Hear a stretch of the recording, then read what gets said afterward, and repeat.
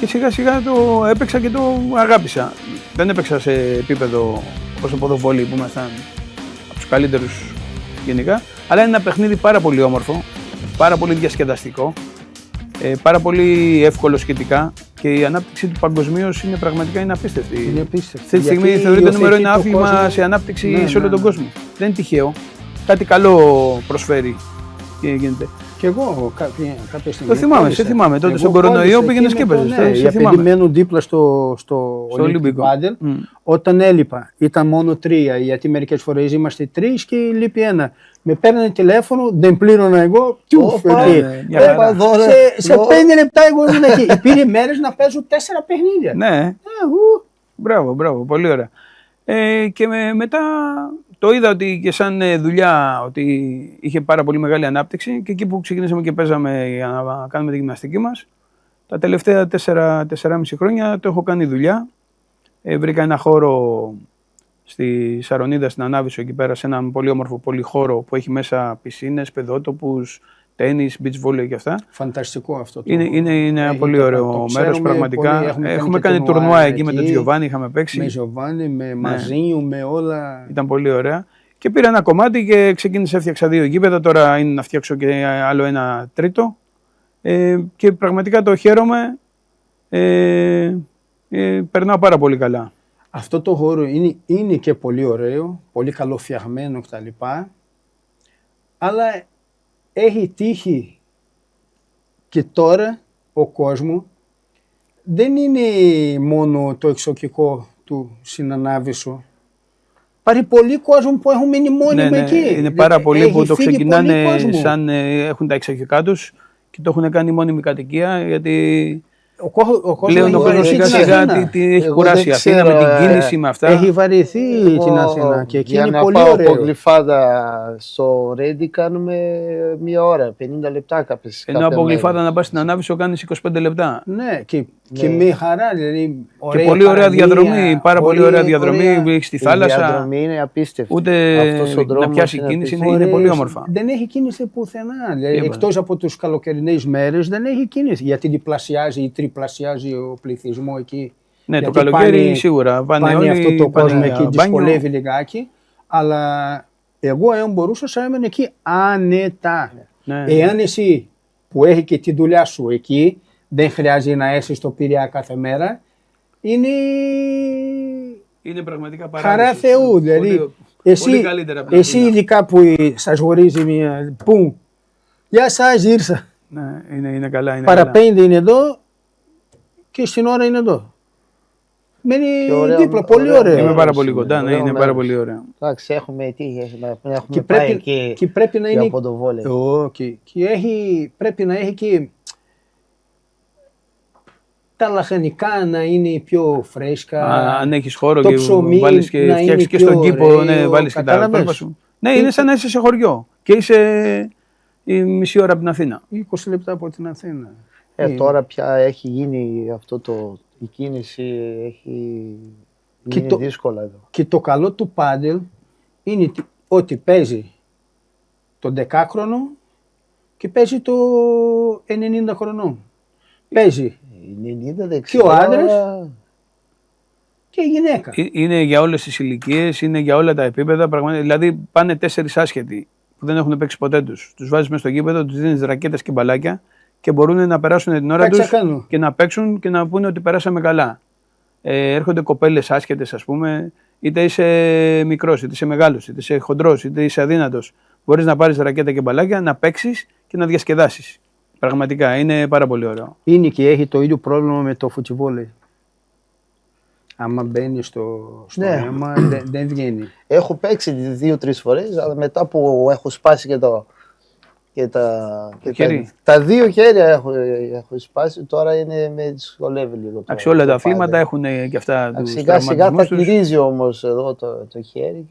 Νίκο, τι περιμένετε για αυτό τον αγώνα με το Ολυμπιακό? Με τη Ρεάλ. Αν ρωτάς εμένα προσωπικά, εγώ να σου πω την αλήθεια, Μαρσέλο, είμαι αισιόδοξος. Πιστεύω, έχω ένα πολύ καλό προαίσθημα ότι θα πάει καλά ο Ολυμπιακός.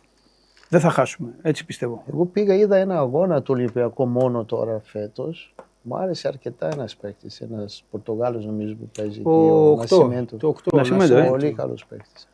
Πολύ μου άρεσε. Και εμένα μου αρέσει αυτός. Δείχνει πολύ καλά στοιχεία. Καλός Πολύ παίκτης. δραστήριος. Έχει καλή ομάδα ο Ολυμπιακός. Έχει καλή ομάδα. Και έχει μια σοβαρότητα. Αυτό το Μεντιλίμπαρ, σαν το Βαλβέρντι, έχει περάσει τώρα μια σοβαρότητα στην ομάδα. Δηλαδή, κερδίζει, χάνει, δεν έχει φασαρία την ομάδα πια αυτή. Δηλαδή, ο Ολυμπιακό κέρδιζε, ήταν θεοί όλοι. Ο Ολυμπιακό έχασε όλοι από μαλάκες και κάτω. Δηλαδή, τελείωσε αυτά στο Ολυμπιακό. Γιατί δεν ξεκίνησε καλά το πρωτάθλημα φέτος Ολυμπιακό και δεν ακούσαμε φασαρία, ούτε σε αλλάζουμε προπονητής, ούτε σε αλλάζουμε αυτά. Έχει πάρει μια σοβαρότητα με το Μαρινάκι και με τους ανθρώπους που είναι εκεί, ο Καρεμπέ, ο Κοβάσεβιτ και η διοίκηση εκεί. Έχουν πάρει μια γραμμή ότι η ομάδα σε φτιάχνει τσούκου.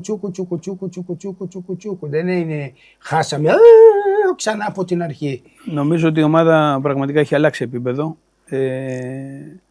Είναι πλέον μια μεγάλη ομάδα πραγματικά. Ο τρόπος λειτουργίας, η φιλοσοφία τους. Ο Μεντιλίμπαρ λένε όλοι τα καλύτερα λόγια, τον αποθεώνουν ότι είναι πάρα πολύ καλός στη δουλειά του. Έχει πολύ καλά αποδυτήρια, έχει καλούς παίκτες και καλά παιδιά. Λένε όλοι μόνο καλά λόγια ακούγονται. Αυτό είναι. Μια ομάδα φτιάχνεται τσούκου. Και στην Ευρώπη φέτος μπορεί να μην έχουμε κάνει καλά αποτελέσματα, αλλά νομίζω οι παρουσίες σε όλα τα παιχνίδια ήταν πολύ καλές. Έχουμε αδικηθεί. Έχει παίζει πολύ καλά Ολυμπιακό, αλλά ξέρετε τι έλειπε Ολυμπιακό. Έλειπε αυτά τα παιχνίδια, γιατί ο Ολυμπιακό έκατσε 3-4 χρόνια εκτός Champions League. Βέβαια, σε καλό μας βγήκε. Ναι.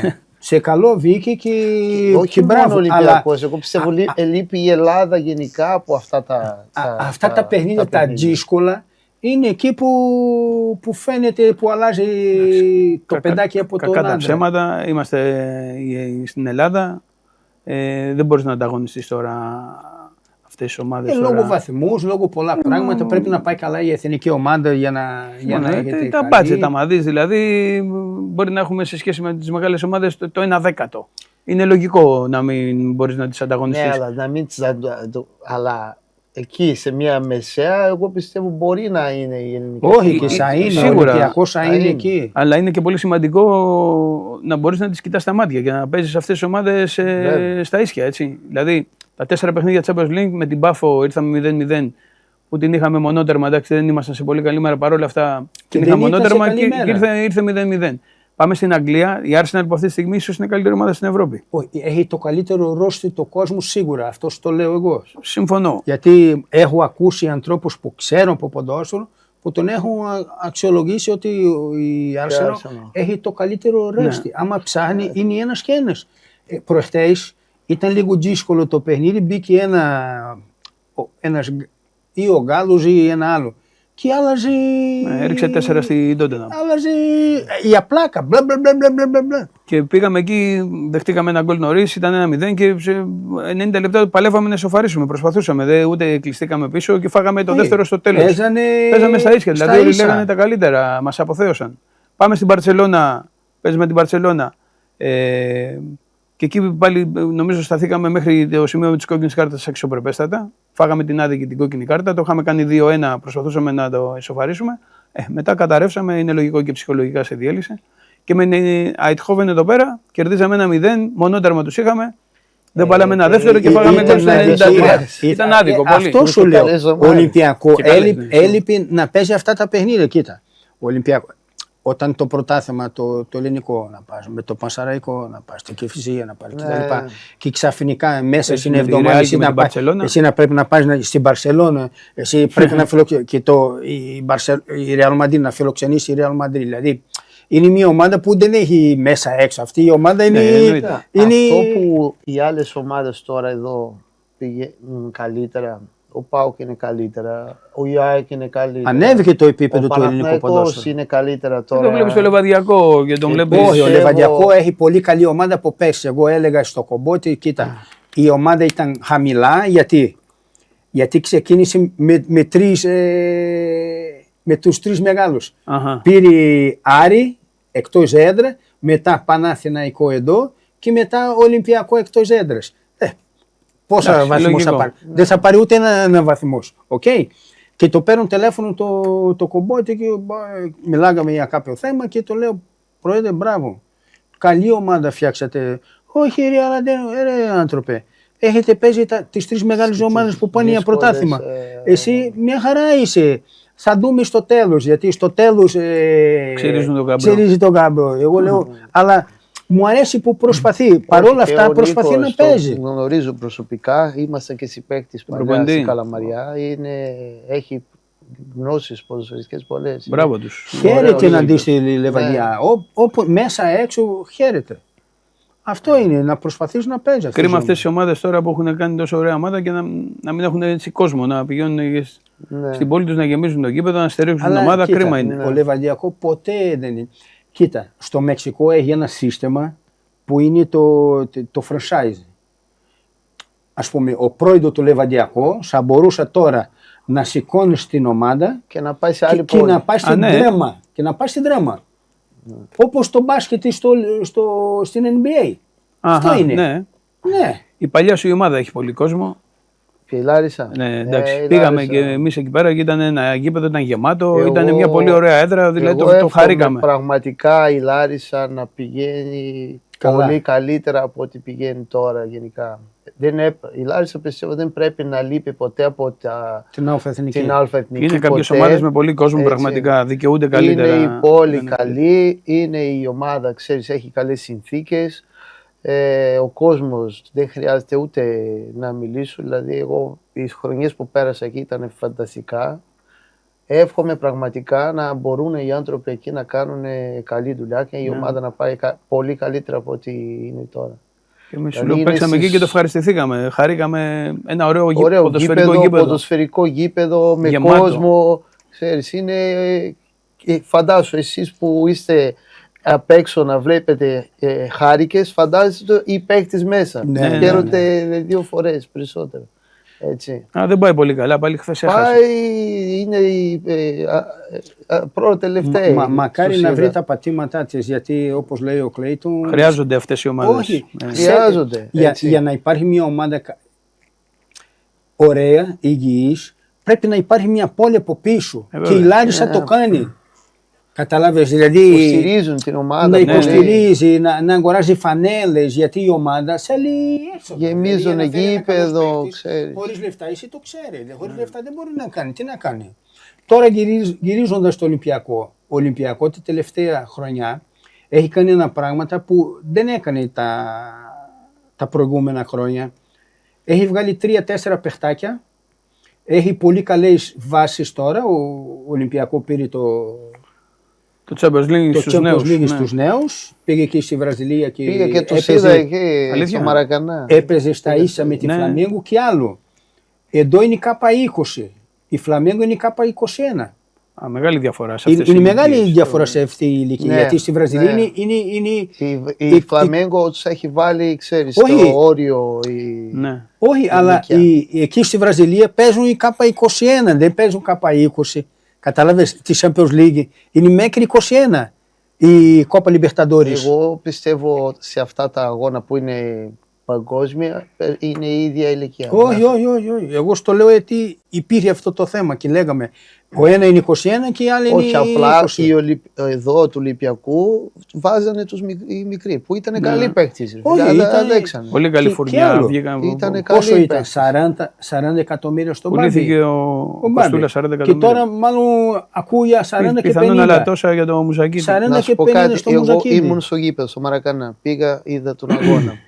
Το να περάσεις όλο το ωκεανό, να πας να παίζεις ίσως το πιο γνωστό γήπεδο που υπάρχει στο Μαρακανά, να είσαι 18χρονο, 17 πόσο να είσαι εκεί και να αντιμετωπίζεις την βραζιλιάνικη ομάδα στο γήπεδο της εκεί με 30.000 κόσμο είχε περίπου Φλαμέγκο στο Μαρακανά και να παίζεις στα ίσια, μη σου πω ότι στην αρχή ήταν λίγο, δυσκολέψανε λίγο στην αρχή, μετά μπήκανε, παίζανε ωραία, παίζανε καλά. Εντυπωσιακό. Ήτανε αρκετά, δηλαδή μπράβο τους. Γι' αυτό σου λέω, κάτι κάνουν καλά τώρα στο Ολυμπιακό. Σίγουρα κάτι καλό γίνεται.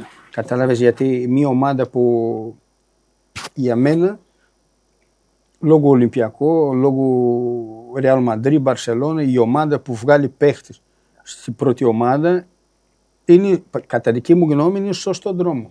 Είναι πολύ υγιές αυτό το πράγμα, δείχνει ότι κάτι καλό γίνεται. Τι καλύτερο να βγάζεις παιδιά από τους μικρούς, από τα σπλάχνα. Γιατί είναι διαφορετικό για πολλούς λόγους. Πολλούς, ο ένα που το παιδί, όταν εσύ μεγαλώνεις σε μια ομάδα, θες την αγαπάει την ομάδα. Δεν μπορεί να μην την αγαπήσει. Ναι, βέβαια. Καταλαβες, την αγαπάει. Δηλαδή εκεί ο άλλο που έρχεται 22 χρονών στο Ολυμπιακό, αλλιώς αντιμετωπίζει το διαφορετικά. Αλλιώς από το παιδί που ήρθε 15 χρονών στο Ολυμπιακό. Ο Κοστούλας, ας πούμε, έπαιζε ο πατέρας του και ήταν από παιδάκια, έχουν μεγαλώσει με τον Ολυμπιακό. Και τώρα βρέθηκε τα παιδιά του να παίζουν και τα δύο στον Ολυμπιακό. Ο Μουσακίδης είναι από 10 χρόνια παιδάκι στον Ολυμπιακό. Ήταν και αυτοί οικογενειακώς όλοι οι οπαδοί του Ολυμπιακού. Βρέθηκε τώρα αυτό το παιδάκι. Αυτή η ζωή είναι τον ηρώο του τώρα. Είναι απίστευτο.